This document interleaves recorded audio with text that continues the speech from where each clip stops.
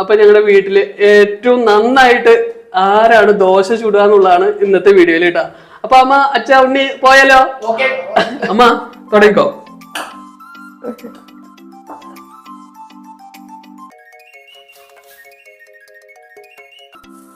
Set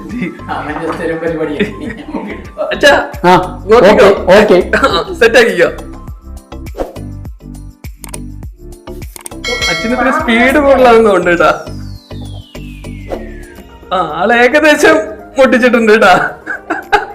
ഇനി ഉണ്ണിയാണ് അമ്മ coaching ഒക്കെ കൊടുത്തു കഴിഞ്ഞ് സെറ്റാക്കി വെച്ചേക്കാട്ടാ.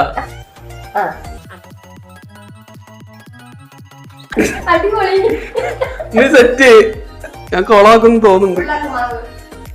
മാവെടുത്ത് ഈശ്വര മിന്നിച്ചേക്കണേ.